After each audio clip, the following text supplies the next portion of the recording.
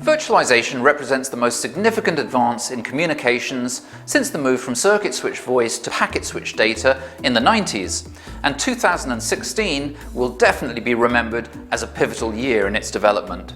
2016 is the year all operators will start doing something about NFV, because those that don't start their journey this year are afraid their competitors will increasingly talk down their capabilities and their brand.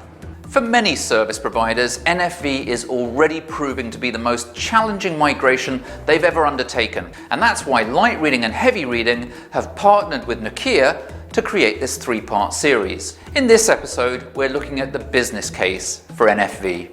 With its potential to not only save money on OPEX and CAPEX, but also generate revenue through creation of new services, our entire industry is talking up NFV as having the right business cases at the right time for CSPs looking for ways to cut cost and dig out of the revenue slump that has dogged them for the last decade.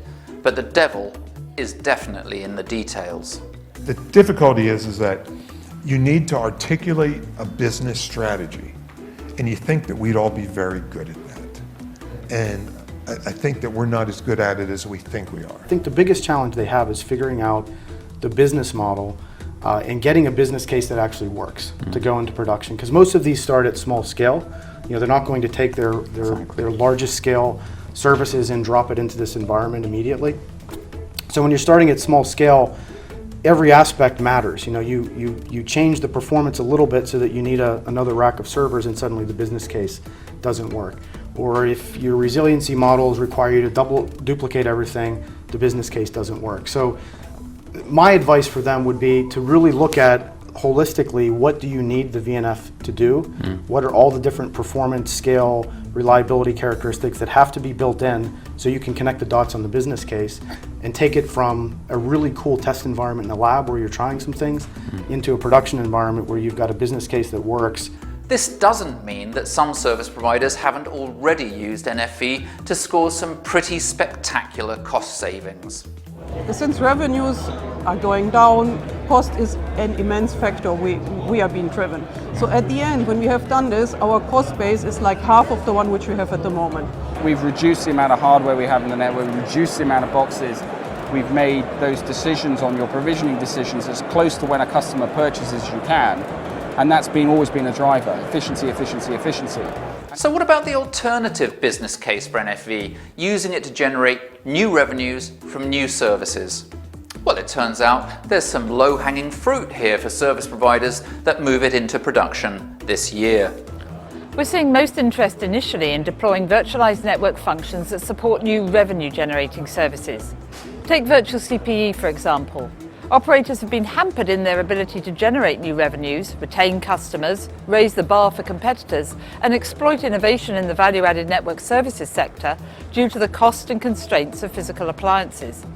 NFV promises to change this by virtualizing value-added network functions such as security functions, WAN optimization and parental controls, and running them on commodity servers at the provider edge and/or on the customer premises. The upsell opportunity here is tremendous, especially if you think that only a fraction of an operator's customer base, both enterprise and consumer, buys such services today. The initial use cases are really, it's the type of functions that we would have traditionally run on a blade center, that type of environment. So, you know, really starting with things like mobile packet core is one of the early ones. The IMS infrastructure, voice infrastructure is moving to virtualization pretty quickly and actually going into active deployments.